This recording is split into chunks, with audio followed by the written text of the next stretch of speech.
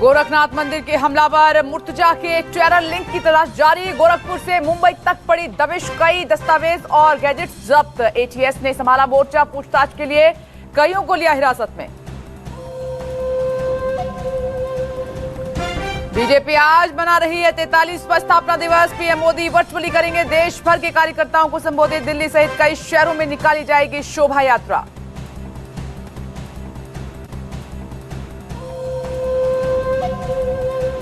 श्रीलंका सरकार ने इमरजेंसी पर लिया यू टर्न। राष्ट्रपति गोटबाया राजपक्षे ने रद्द किया आपातकाल अध्यादेश। आर्थिक संकट पर जारी है देशव्यापी विरोध प्रदर्शन।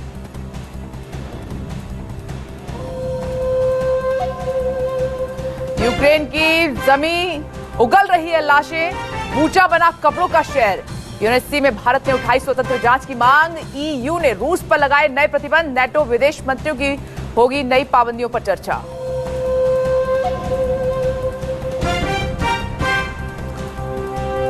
देश में 15 दिनों में 13वीं बार बढ़े पेट्रोल और डीजल के दाम। पेट्रोल डीजल 80 पैसे प्रति लीटर महंगा। दिल्ली में पेट्रोल की कीमत 105 रुपए के पास। संसद में पेट्रोलियम मंत्री ने कीमतों में बढ़ोतरी का किया बचाव। हेडलाइंस प्रेजेंटेड बाय पतंजलि केश कांति। बालों का झड़ना, सफेद होना, रूसी आदि समस्याओं का समाधान। Associate sponsor Simco Oxyveda herbal care bleach cream. हम रखे आपकी स्किन का ध्यान। पतंजलि गाय का घी, माँ के हाथ से बने बिलौने के घी जैसा। Servokon, India's number 1 servo voltage stabiliser, रखे सब कंट्रोल में। आपकी टीवी स्क्रीन पर मारियोपोल से इस वक्त की सबसे बड़ी खबर आ रही है। यूक्रेन ने दावा किया है कि मारियोपोल में रूसी सैनिक अब नागरिकों को निशाना लगातार बना रहे हैं। बताया ये भी जा रहा है कि मारियोपोल में अब भी करीब 1 लाख लोग फंसे हुए हैं और यूक्रेन की तरफ से लोगों को निकालने के लिए काम तेजी के साथ किया जा रहा है। रेस्क्यू ऑपरेशन को अंजाम दिया जा रहा है बेहद तेजी के साथ। लगभग मारियोपोल में 90% रिहायशी इलाके तबाह हो चुके हैं, जल चुके हैं, बर्बाद हो चुके हैं। तस्वीर लगातार न्यूज़ 24 आपको दिखा रहा है। लोगों ने तहखानों में पनाह ले रखी है खुद की जान बचाने के लिए। तो ये इस वक्त की बड़ी खबर है। यूक्रेन के मारियोपोल, जो कि सबसे बड़ा बेहद खूबसूरत शहर हुआ करता था, लेकिन आज नजर दुनिया की जाती है तो खंडर में तब्दील हो चुका है ये पूरा शहर और अभी भी बड़ी संख्या में लोग वहां पर फंसे हुए हैं। इधर रूस की सेना ने हमले काफी तेज कर दिए हैं। एक के बाद एक गोलियां वहां पर बरसाई जा रही हैं और अब तो लगातार रॉकेट लॉन्चर भी दागे जा रहे हैं, मिसाइलों से भी हमले किए जा रहे हैं। और ऐसे में खबर यह भी आ रही है कि लोगों ने अपनी जान बचाने के लिए तहखानों में जगह ले रखी है। उधर यूक्रेन लगातार अपने लोगों को निकालने की जद्दोजहद में जुटा हुआ है, लेकिन हालात इस कदर हैं कि अगर आप बाहर आते हैं तो कब आपकी जान चली जाए कोई नहीं जानता। न सिर्फ मारियोपोल, और भी शहरों का यही हाल है यूक्रेन में।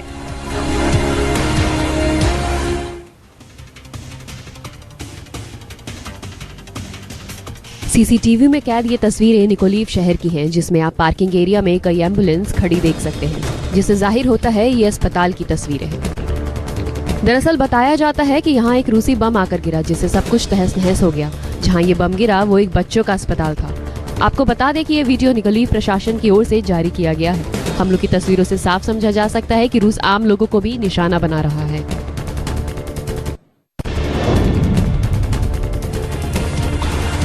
एक के बाद एक फायर करती है रूसी BTR-82A गन, जिसकी नली से निकल रही तबाह कर देने वाली गोलियां।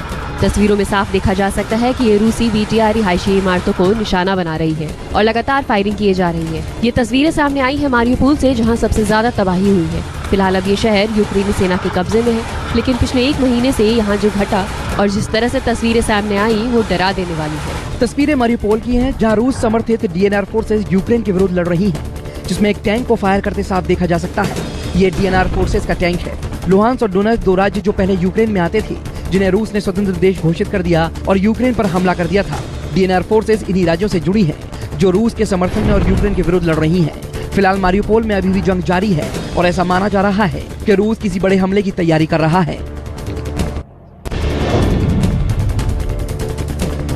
ड्रोन से ली गई इन तस्वीरों को गौर से देखिए, जिनमें बीच सड़क पर एक रूसी सैन्य वाहनों और टैंकों को देखा जा सकता, जिनको निशाना बनाया है यूक्रेनी सेना ने। तस्वीरें डोनेट्स्क ओब्लास्ट की हैं, जहां रूस और यूक्रेन के बीच जंग अभी भी जारी है।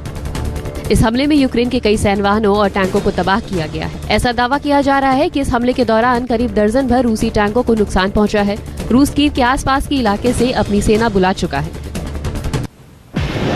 और यूक्रेन से एक और बड़ी खबर का रुख कर लेते हैं। यूक्रेन के मिकोलेव में क्लस्टर बम से तबाही मची हुई है। 24 घंटे में अब तक 11 लोगों की मौत जा चुकी है, वहीं 60 से ज्यादा लोग जख्मी बताए जा रहे हैं। यूक्रेन ने दावा यहां पर यह किया है कि मिकोलेव शहर में रूसी वायुसेना ने क्लस्टर बम गिराए हैं और ये बम रूसी वायुसेना की तरफ से रिहायशी इलाकों में लगातार गिराए जा रहे हैं। बताया यह भी जा रहा है कि अस्पताल और स्कूलों पर क्लस्टर बम गिराए जा रहे हैं और देर रात की तस्वीरें, अंधेरा आपको दिखाई दे रहा है। ना तो इसमें रिहायशी इमारतें बच रही हैं और ना ही स्कूल बच रहे हैं, अस्पताल पर भी अटैक किया जा रहा है। अब आप सोचिए कि हालात वहां पर कितने खराब हो चुके हैं।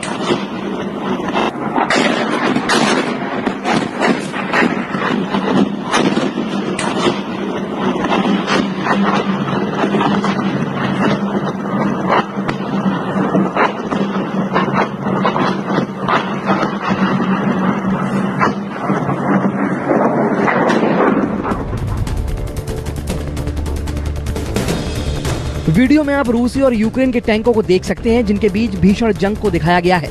तस्वीरों में आप रूसी BTR-82A को भी देख सकते हैं जिसे यूक्रेनी T-64BV टैंक ने तबाह कर दिया, जिसके बाद जवाबी कार्रवाई में रूसी टैंक और BTR-82A लगातार यूक्रेनी टैंक्स पर फायर करते देखे जा सकते हैं। तस्वीरों में टैंकों की आड़ लेते रूसी सैनिकों को भी देख सकते हैं जो यूक्रेनी टैंकों से जान बचाकर आगे की ओर बढ़ रहे हैं।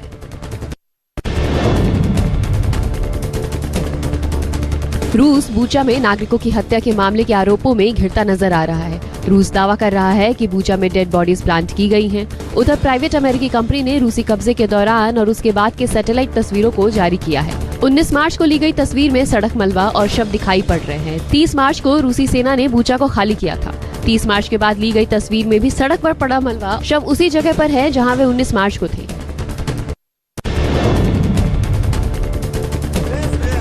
यूक्रेन में जारी महायुद्ध में रूसी सेना को कड़ी टक्कर मिल रही है। ये तस्वीरें इसी की गवाह हैं जिसमें यूक्रेन ने रूस के KA-52 हेलीकॉप्टर को मार गिराया। दरअसल KA-52 हेलीकॉप्टर जंग के मैदान में बेहद घातक माना जाता है, लेकिन यूक्रेन की 95वीं एयर ब्रिगेड ने स्टुगना P सिस्टम से हेलीकॉप्टर को मार गिराया। यूक्रेनी सेना पहले निशाना लॉक करती है और फिर रॉकेट को फायर कर देती है जो सीधे हेलीकॉप्टर से टकराता है और धमाके के साथ हेलीकॉप्टर में तरीके से आग लगी हुई है, क्योंकि लगातार वहां पर मिसाइल से अटैक भी किया जा रहा है। ये जो आग जलती हुई इस वक्त आप टीवी स्क्रीन पर देख पा रहे हैं, दरअसल ये जो है डोनेट्स्क में इमारतें हैं वो जल रही हैं, आग लगी हुई है। दूसरी तरफ रेस्क्यू ऑपरेशन को भी अंजाम दिया जा रहा है।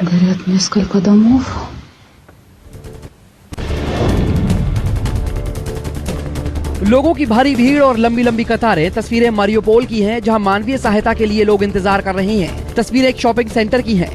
करीब 40,000 की आबादी वाला शहर मारियोपोल पूरी तरह से रूसी बमबारी में तबाह हो गया है। हजारों यूक्रेन की फौज लगातार रूसी टैंकों को निशाना बना रही है। ऐसी कुछ तस्वीरें यूक्रेनी फौज ने जारी की हैं। तस्वीरों में साफ दिख रहा है कि रात के अंधेरे में खेतों के बीच रूस का एक टैंक खड़ा है, जिसे पहले यूक्रेनी सेना डिटेक्ट करती है और फिर उस पर निशाना लगाकर एंटी टैंक मिसाइल लॉन्च कर देती है। रात के अंधेरे में ही मिसाइल जाती दिखती है। मिसाइल के टकराते ही टैंक में जोरदार धमाका होता है, जिसके बाद टैंक में भीषण आग लग जाती है।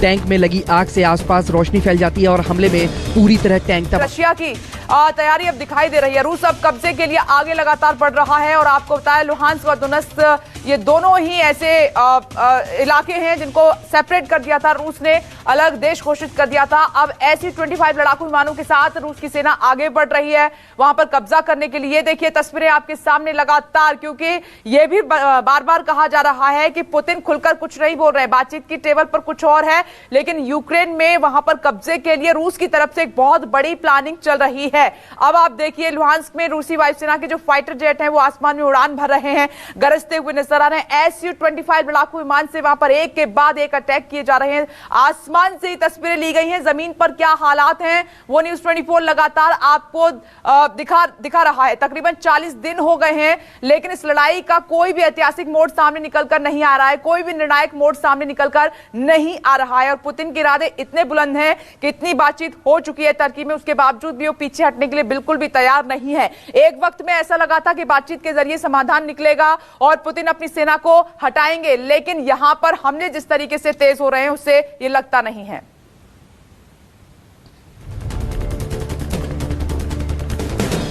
माइकोलेव ओब्लास्ट में यूक्रेन ने रूसी सेना की सप्लाई चेन को ध्वस्त कर दिया। इस हमले की ड्रोन तस्वीरें सामने आई हैं। दरअसल यूक्रेन में जंग लड़ रही रूसी सेना को रसद और हथियार की सप्लाई बेहद अहम है। रूसी फौजों के ट्रक सामान को लेकर जा रहे थे। रूसी टैंकों ने पेड़ों की आड़ ले रखी थी, लेकिन यूक्रेनी ड्रोन ने इस मूवमेंट को पकड़ लिया और इस पर मिसाइल से हमला कर दिया। हमले के बाद रूसी टैंकों में आग लग गई और कई रूसी सैनिक भी मारे गए। तस्वीरें उत्तरी यूक्रेन के शहर की हैं, जहां यूक्रेनी सेना के वापस आने के बाद यहां रहने वाले लोगों ने अपने घरों की ओर रुख किया और अपने घरों को मलबे में तब्दील देख उनके चेहरों पर दुख और गुस्सा साफ दिखाई दिया। साथ दिखे तबाह हो चुकी इमारतों के सामने पड़े शव रूस के हमलों से मची तबाही की गवाही दे रहे थे। वहीं स्थानीय पुलिस ने कहा कि अभी कितने लोगों की मौत हुई है साफ नहीं है, लेकिन पिछले कुछ दिनों में कई शव मिले हैं।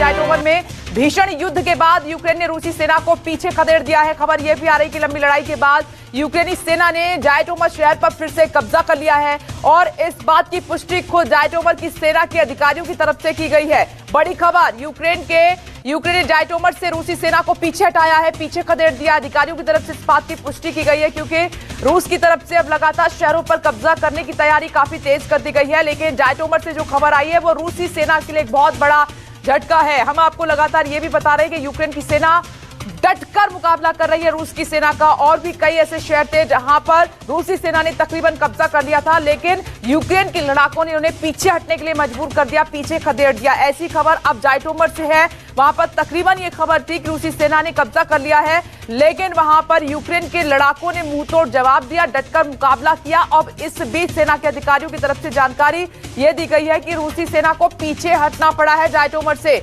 और रूसी सेना को खदेड़ दिया गया है।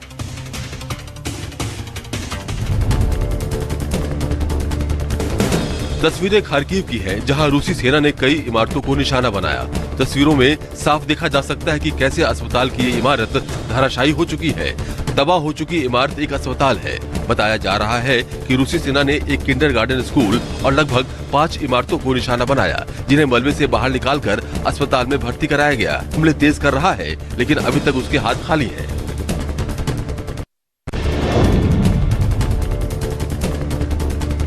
ये कोई आसमान में चमकती हुई बिजली नहीं, बल्कि रूसी सेना की गोलाबारी है जो इस शहर पर कहर बरपा रही है। तस्वीरें यूक्रेनी शहर निकोलोव की है। रात के अंधेरों में गोलों की आवाज और धमाकों के साथ उठती चमक से पूरे शहर में दहशत का माहौल है। पुतिन ने भले ही कीव और उसके आसपास के इलाकों से अपनी सेना को वापस बुला लिया है, लेकिन अभी भी कई ऐसे शहर हैं जहां रूस की मिसाइलें आतंक मचा रही हैं। खबर एक और बड़ी आ रही है। रूसी हमलों में यूक्रेन का बोरोडियांका पूरी तरीके से तबाह। हाथों को उठाकर आत्मसमर्पण करते ये यूक्रेनी सेना के जवान हैं। तस्वीरें मारिपोल की हैं, जहां यूक्रेनी सेना के 250 जवानों ने आत्मसमर्पण किया है। तस्वीरें रूसी रक्षा मंत्रालय ने जारी की हैं। तस्वीरों में साफ देखा जा सकता है कि कैसे यूक्रेनी सेना के जवान हाथों को ऊपर उठाकर समर्पण कर रहे हैं। साथ ही उसने मारिपोल पर हमले तेज कर दिए हैं और कई इलाकों पर अपने कब्जे का दावा कर रही है।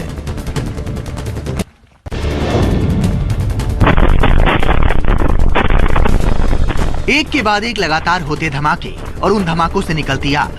तस्वीरें खार्किव की हैं, जहां रूसी बमबारी से ये रिहायशी इलाके थर्रा उठे। करीब 24 सेकंड के इस वीडियो में रूस ने इस रिहायशी इलाकों में 20 से ज्यादा बम गिराए।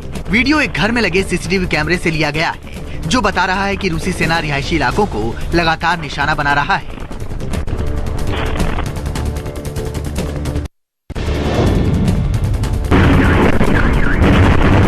तस्वीरें यूक्रेन के निकोलेव की हैं, जहां रात के अंधेरे में रूसी सेना की तरफ से जोरदार बमबारी होती है और धमाके से पूरा शहर गूंज उठता है। तस्वीरें सर्विलांस कैमरे से ली गई हैं। तस्वीरों में साफ देखा जा सकता है कि कैसे एक के बाद एक जोरदार धमाके होते हैं और इमारत आग की लपटों में जलने लगती है। आपको बता दें कि रूस लगातार अपने हमले तेज कर रहा है और जल्द से जल्द यूक्रेन के शहरी इलाकों पर बूचा में आम लोगों के हर सड़क पर बिखरे शव युद्ध अपराध के बड़े सबूत हैं।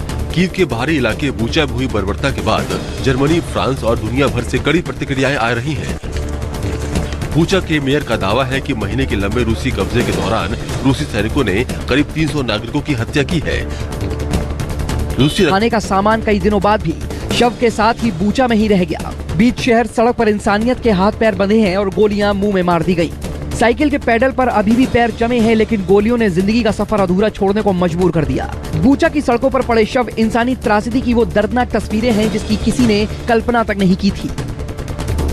यूक्रेन के शहरों की सड़कों पर पड़े शवों ने दुनिया को हिलाकर रख दिया है। तस्वीरें सामने आने के बाद यूक्रेन के राष्ट्रपति ने संयुक्त राष्ट्र संघ की सभा को संबोधित किया।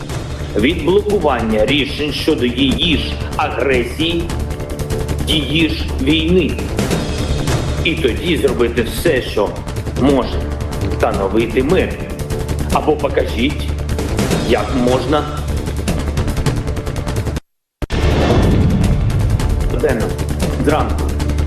यूएन में यूक्रेन के राष्ट्रपति ने 2 टूक कहा कि अगर आपके पास रूस को रोकने का कोई तरीका नहीं है तो संयुक्त राष्ट्र संघ को भंग कर देना चाहिए। 2022 рік. Є безперечні докази, є супутникові знімки, є можливість провести повне, прозоре розслідування. Саме в цьому ми зацікавлені. Максимальний доступ журналістів. तेजस 24 में एक और ब्रेकिंग न्यूज का वक्त हो गया है। युद्ध के बीच यूक्रेनी सेना का बड़ा दावा, चरनिहिव से रूसी सेना को। रूस ने बूचा से आई तस्वीरों को फिर से झूठा बताया है और कहा है कि ये यूक्रेन और रूस के बीच जारी बातचीत को खत्म कर देने की कोशिश है। Украинскими, как мы понимаем, военными Украинской службы безопасности в городе Буча Киевской области. Мы склонны думать, что причина заключается в желании найти повод сорвать ведущиеся переговоры. Причем сделать именно в тот момент. भारत ने संयुक्त राष्ट्र संघ में यूक्रेन के हालात पर चिंता जताई और कहा कि नागरिकों के मारे जाने की रिपोर्ट परेशान करने वाली है। In Ukraine has not shown any significant improvement since the council last discussed the issue. The security situation has only deteriorated, as well as its humanitarian consequences. Recent reports of civilian killings in Bucha are deeply disturbing. रूस ने संयुक्त राष्ट्र संघ में कहा कि वो Ukraine में कब्जा करने नहीं बल्कि शांति स्थापित करने गया है। Долгожданный мир на истекавшую кровью Донбасса. Не перемирие, а именно настоящий прочный мир. А для этого надо искоренить ту жестокость, о которой я говорил. Вырезать ту нацистскую раковую опухоль, которая, пожирая Украину, со временем начала бы пожирать и Россию.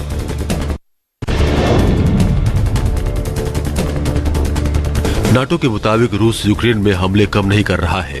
नाटो के मुताबिक आने वाले दिनों में पूरे डोनबास इलाके में रूस कब्जा करने की तैयारी कर रहा है। We now see a significant movement of troops away from Kiev to regroup, rearm and resupply, and they shift their focus to the east. Brussels में आज नाटो देशों के विदेश मंत्रियों की अहम बैठक होने जा रही है। अमेरिकी विदेश मंत्री एंटनी ब्लिंकन ब्रसेल्स पहुंच चुके हैं। अहम बात यह कि 2 दिवसीय बैठक में चीन भी शामिल होगा। We said before the aggression that we anticipated that if it went forward, there would be atrocities committed. Information that we've seen going into the aggression suggested that this would be part of the Russian campaign. Horrifically, tragically, what we're seeing in Bucha. एक और बड़ी खबर का जल्दी से रुख कर लेते हैं। श्रीलंका में आर्थिक संकट को लेकर देशव्यापी विरोध प्रदर्शन लगातार जारी है और इस बीच सेना ने प्रदर्शन के दौरान हो रही हिंसा और आगजनी पर चेतावनी दी है। सेना ने साफ किया है कि कंगाली और किल्लत के खिलाफ आक्रोश में हिंसा बर्दाश्त बिल्कुल नहीं की जाएगी।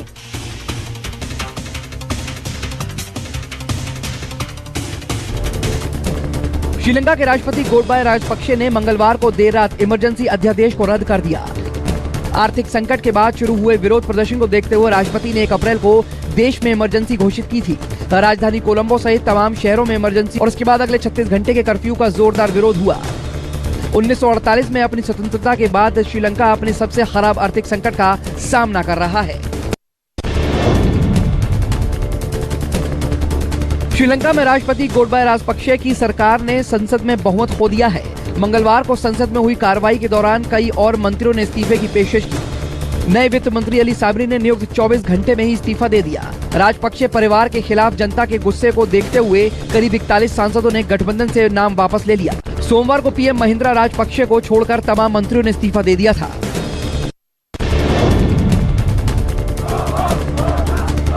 श्रीलंका में कंगाली और किल्लत के खिलाफ विरोध प्रदर्शन जारी है। मंगलवार को राजधानी कोलंबो में पीएम महिंद्रा राजपक्षे के घर के बाहर छात्रों ने प्रदर्शन किया।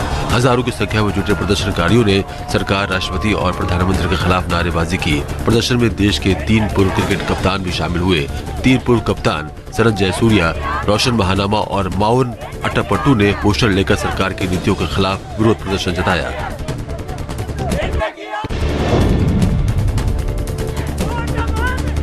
श्रीलंका में अंतिम सरकार के गठन की मांग जोर पकड़ने लगी है। सांसदों ने आशंका जताई है कि अंतिम सरकार के गठन न होने पर देश में खून खराबा हो सकता है। आर्थिक संकट के बीच श्रीलंका संसद के बाहर लोग विरोध प्रदर्शन कर रहे हैं। सांसदों ने संसद अध्यक्ष से सर्वदलीय चर्चा करने का आग्रह किया है। सांसदों की चेतावनी ऐसे समय में आई है जब विरोध प्रदर्शन के बीच मंगलवार को पहली बार संसद की बैठक हुई। श्रीलंका में आर्थिक हालात दिनों दिन बद से बदतर होते जा रहे हैं। आर्थिक बदहाली की वजह से मंगलवार को सरकार ने एक बड़ा फैसला लिया। श्रीलंका ने 2 देशों नॉर्वे और इराक में अपना दूतावास बंद करने का फैसला किया है। इसके साथ ही राजपक्षे सरकार ने ऑस्ट्रेलिया में अपना वाणिज्य दूतावास भी बंद करने का मन बना लिया है। आर्थिक तंगी की वजह से इन दूतावासों के संचालन में परेशानी हो रही है। श्रीलंका ने फिलहाल अस्थायी तौर पर इन दूतावासों को बंद करने का फैसला किया है।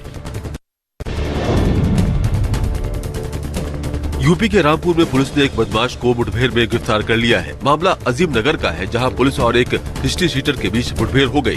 पुलिस का दावा है कि चेकिंग के दौरान बदमाश को रोकने की कोशिश की गई तो उसने गोलियां चला दी। इस दौरान जवाबी फायरिंग में बदमाश के पैर में गोली लगी है। घायल बदमाश को पुलिस ने जिला अस्पताल में भर्ती कराया है। पुलिस ने बताया कि सुबहान हिस्ट्री शीटर है और उसके ऊपर करीब 21 मुकदमे दर्ज है।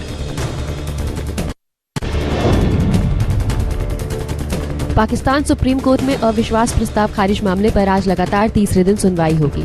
कोर्ट ने नेशनल असेंबली में रविवार 3 अप्रैल को हुई कार्रवाई का रिकॉर्ड तलब किया। मुख्य न्यायाधीश अमर अताकबंद की अध्यक्षता में 5 संसदीय पीठ मामले की सुनवाई कर रही है।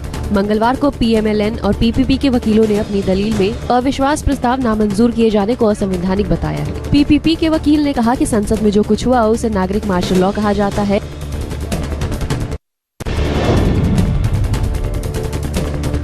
पाकिस्तान के नेशनल असेंबली में विपक्ष के अविश्वास प्रस्ताव को खारिज किए जाने पर लगातार सवाल उठ रहे हैं। अब सदन के स्पीकर असद कैसर ने भी प्रस्ताव को नामंजूर किए जाने को गलत बताया है। खुलासा हुआ है कि असद आर्टिकल 5 के पक्ष में नहीं थे। दरअसल डिप्टी स्पीकर कासिम सूरी ने आर्टिकल 5 का हवाला देकर ही विपक्ष का अविश्वास प्रस्ताव खारिज किया था। स्पीकर असद कैसर ने आर्टिकल 5 के मुद्दे पर PM इमरान और उनकी लीगल टीम को समझाने की नाकाम कोशिश की थी।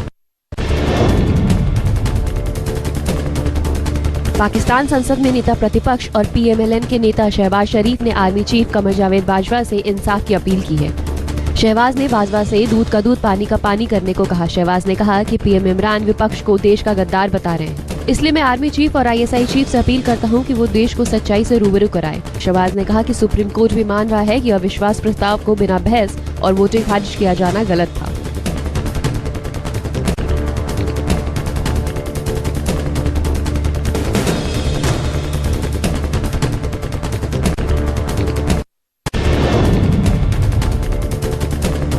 पाकिस्तान के अटॉर्नी जनरल जावेद बाजवा ने कहा कि ये मेरा आखिरी केस है और मैं संविधान के मुताबिक ही चलूंगा। उधर इमरान के एक पूर्व सांसद आमिर लियाकत ने उन्हें कटघरे में खड़ा कर दिया है। अस्पताल में था मैं और मैं जब पहुंचा तो बहुत देर हो चुकी थी, दरवाजे बंद थे। मैंने तो वोट दिया ही नहीं और आपने मुझे गद्दार करार दे दिया। अब दूंगा। कल तक तुम्हारे साथ था गद्दार, अब उनके साथ जो गद्दार नहीं है। पाकिस्तान में संवैधानिक संकट के बीच PM इमरान खान की लाइव बेइज्जती हो गई। दरअसल फोन पर जनता से मुखातिब हुए PM इमरान के मोहम्मद याकूब कुरैशी नाम के एक कॉलर ने सरेआम बेइज्जती कर दी। वज़ीर आज़म से मेरा एक सवाल है। जब आप पहले कहते थे कि मैं आखिरी गेंद तक लड़ूंगा, उसके बाद आपको क्या हुआ? हवा निकल गई या हवा टाइट हो गई कि आप मजबूर हो गए भाग खड़े होने के लिए? पाकिस्तान के प्रधानमंत्री इमरान खान के एक और करीबी ने मुल्क छोड़ दिया है। खबर है कि PM इमरान खान की पत्नी बुशरा बीवी की दोस्त फराह खान दुबई चली गई। फराह पर ट्रांसफर पोस्टिंग का घोटाला कर अरबों रुपए कमाने के आरोप हैं। फराह अधिकारियों को मनचाही पोस्टिंग और तबादला कराने के एवज में मोटा पैसा लेती थी। अधिकारियों की पोस्टिंग ट्रांसफर के जरिए 6 अरब रुपए कमाने के आरोप हैं। पीएमएल-एन की नेता मरियम नवाज ने पोस्टिंग ट्रांसफर स्कैम का आरोप लगाया है।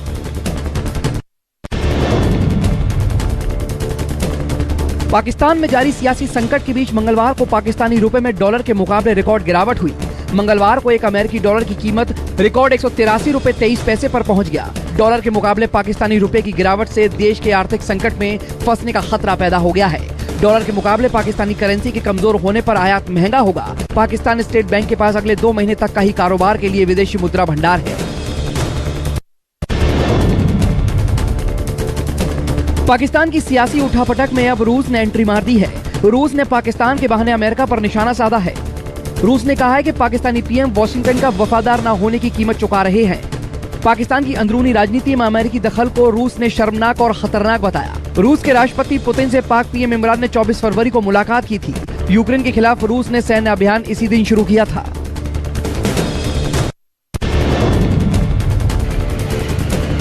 गोरखपुर के गोरखनाथ मंदिर पर हमले की जांच तेज हो गई है। हमले के आरोपी मुर्तजा अब्बासी पर दर्ज मुकदमों की जांच यूपी एटीएस को ट्रांसफर कर दी गई है। जांच की कमान अपने हाथ में लेने के बाद आरोपी मुर्तजा अब एटीएस की कस्टडी में है। एटीएस की टीम उसे गोरखपुर से लखनऊ लेकर गई है। वहीं दूसरी तरफ मामले की जांच के लिए पुलिस की टीम उसके घर भी पहुंची। बताया जा रहा है कि एटीएस टीम ने कुछ दस्तावेज और इलेक्ट्रॉनिक सबूत को अपने कब्जे में लिया है। दावा किया जा रहा है कि एटीएस ने कुछ लोगों को हिरासत में लिया है। गोरखनाथ मंदिर पर हमले की जांच कर रही पुलिस टीम मुर्तजा के गोरखपुर में मौजूद पूर्व ससुराल भी पहुंची। वहां लोगों से पूछताछ कर एटीएस की टीम लौट आई। गोरखपुर की एक सब्जी मंडी में रहने वाली एक युवती से 2019 में उसकी शादी हुई थी, लेकिन कुछ ही दिनों बाद उनका तलाक हो गया। दूसरी तरफ पुलिस की जांच मुंबई तक पहुंच गई, जहां उसके परिवार का फ्लैट है। मुर्तजा का फ्लैट नवी मुंबई में नेरुल में है। जांच में पता लगा है कि मुर्तजा लोगों से कम मिलता था। फ्लैट को किराए पर दिया गया था, लेकिन फिलहाल खाली है। आज भारतीय जनता पार्टी का स्थापना दिवस है। देश के सभी जिला मुख्यालयों पर पार्टी इस कार्यक्रम को जोर शोर से मनाएगी। सुबह 10 बजे प्रधानमंत्री नरेंद्र मोदी बीजेपी कार्यकर्ताओं को संबोधित करेंगे। इसके अलावा बीजेपी के सभी मुख्यमंत्री, मंत्री, विधायक भी किसी न किसी जगह पर स्थापना दिवस के आयोजन में शामिल होंगे। खुद बीजेपी अध्यक्ष जेपी नड्डा सुबह 11 बजे दिल्ली के करोल बाग से निकालने वाली शोभा यात्रा में हिस्सा लेंगे। 7 अप्रैल से 20 अप्रैल तक पूरे देश में सामाजिक न्याय पखवाड़ा मनाया जाएगा।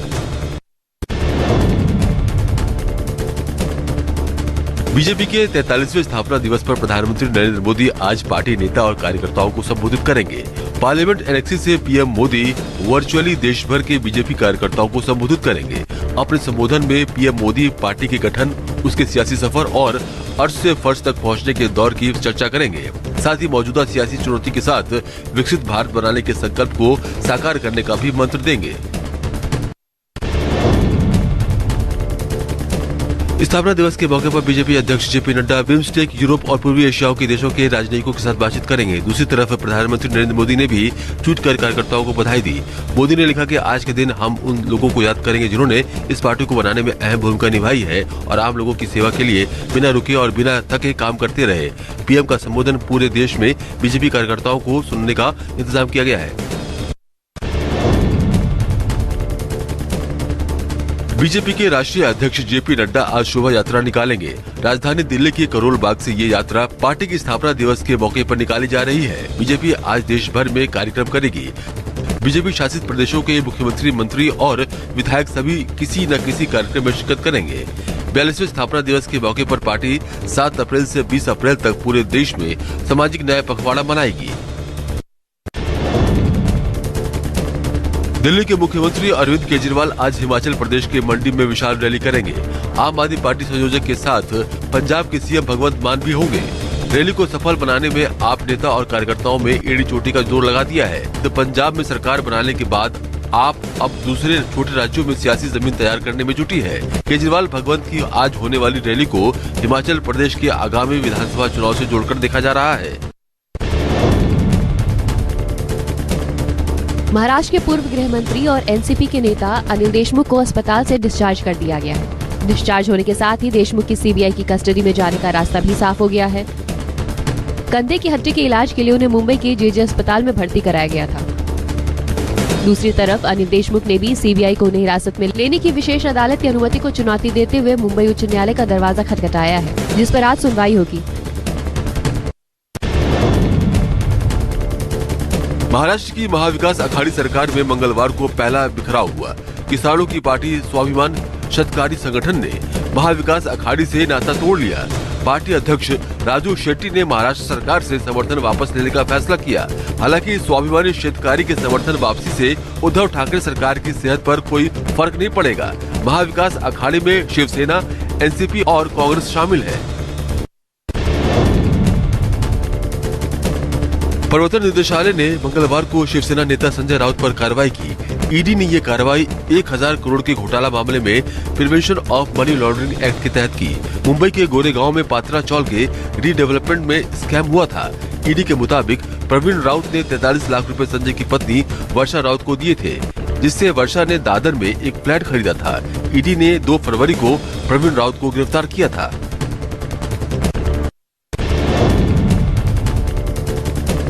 एमपी के सीएम शिवराज सिंह चौहान आज प्रदेश के 16 लाख विद्यार्थियों से संवाद करेंगे। कार्यक्रम में विश्वविद्यालय और महाविद्यालयों के 16 लाख से ज्यादा युवा सीधे और वर्चुअली जुड़ेंगे। इस दौरान विवेकानंद करियर मार्गदर्शन प्रकोष्ठ के प्रशिक्षण कार्यक्रम एवं व्यावसायिक पाठ्यक्रम के लिए शिक्षण प्रशिक्षण कार्यक्रम का शुभारंभ भी किया जाएगा। बता दें कि एमपी में 1.5 साल के बाद विधानसभा चुनाव होने वाले हैं।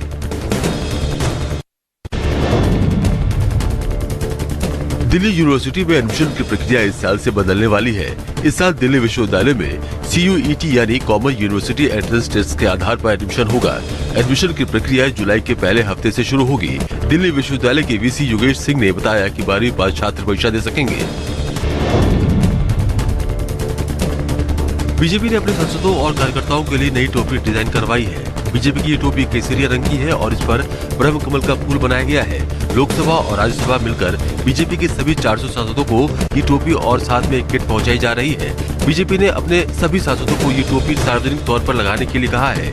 बीजेपी के कार्यकर्ता भी अब केसरिया टोपी और एक प्रकार का गमछा, खेस कहते हैं उसे, सार्वजनिक तौर पर पहना करेंगे। सरकार गठन के बाद योगी सरकार लगातार एक्टिव है। मुख्यमंत्री योगी ने मंत्रियों के साथ बैठक की। इस दौरान सभी मंत्रियों ने अपने अपने विभागों की कार्य योजनाओं को मुख्यमंत्री के सामने पेश किया। मुख्यमंत्री ने सभी विभागों को कार्य योजना के मुताबिक 100 दिन में काम करने के निर्देश दिए हैं। सभी विभागों को 10 सेक्टर में बांटकर विभाग की कार्य योजना को आगे बढ़ाने को कहा गया है। पशुपालन विभाग को निराश्रित पशुओं की समस्या को दूर करने का टास्क दिया गया है। सीवान में MLC प्रत्याशी पर फायरिंग को लेकर दिवंगत सांसद शाहबुद्दीन के बेटे ओसामा पर मुकदमा दर्ज कराया गया है। MLC के निर्दलीय उम्मीदवार रईस खान ने ओसामा समेत 8 लोगों पर जान से मारने की FIR दर्ज कराई है। रईस खान के काफिले पर AK-47 से फायरिंग की गई थी, जिसमें एक शख्स की मौत हो गई है। माना जा रहा है कि दोनों गुटों के बीच सियासी प्रतिद्वंदिता को लेकर कातिलाना हमला किया गया।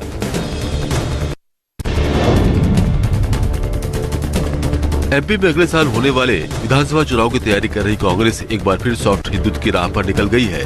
प्रदेश अध्यक्ष कमलनाथ ने बाकायदा एक पत्र जारी कर सभी नेताओं से पूरे प्रदेश में रामनवमी और हनुमान चालीसा का पाठ करने को कहा है।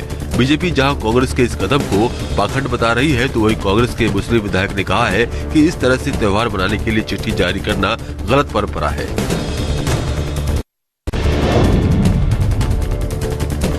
जम्मू कश्मीर के राजौरी में एक छात्रा को तिलक लगाने पर पिटाई का मामला सामने आया है। छात्रा के परिजनों का आरोप है कि उनकी बच्ची माथे पर तिलक लगाकर स्कूल गई थी, इसलिए अध्यापक ने बच्ची की बुरी तरह से पिटाई कर दी। टीचर की पिटाई से छात्रा सदमे में आ गई।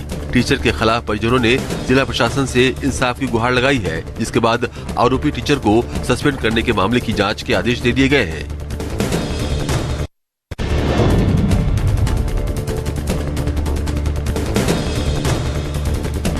यूपी के रामपुर में पुलिस ने एक बदमाश को मुठभेड़ में गिरफ्तार कर लिया है। मामला अजीम नगर का है, जहां पुलिस और एक स्ट्रीट शीटर के बीच मुठभेड़ हो गई।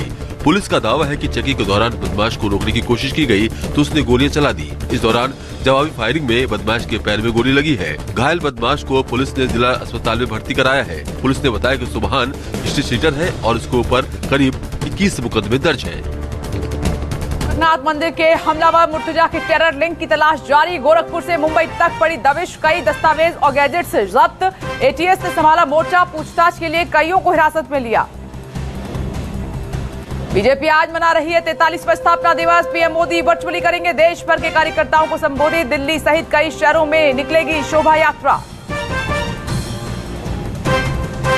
श्रीलंका सरकार ने इमरजेंसी पर लिया यू टर्न। राष्ट्रपति गोटबाया राजपक्षे ने रद्द किया आपातकाल अध्यादेश। आर्थिक संकट पर जारी है देशव्यापी विरोध प्रदर्शन। यूक्रेन की जमीन उगल रही है लाशें, बूचा बना कब्रों का शहर। यूएनएससी में भारत ने उठाई स्वतंत्र जांच की मांग। ईयू ने रूस पर लगाए नए प्रतिबंध। नेटो विदेश मंत्रियों की होगी नई पाबंदियों पर चर्चा। और देश में 15वें दिन भी बढ़े दाम, तेल भी बार बढ़े हैं। तेल के दाम, पेट्रोल डीजल 80 पैसे बढ़े। दिल्ली में पेट्रोल की कीमत 105 रुपए के पार। संसद में पेट्रोलियम मंत्री ने कीमतों में बढ़ोतरी का किया बचाव। Headlines presented by Nutrela kids superfood. 3 से 13 बरस के बच्चों के विकास के लिए आईसीएमआर गाइडलाइन के अनुसार advance formula nutrition. Associate sponsor Simco Oxyveda herbal care bleach cream. हम रखें आपकी स्किन का ध्यान। पतंजलि हनी, प्योरिटी के 100 से अधिक पैरामीटर्स पर एकदम खरा। Servokon, India's number 1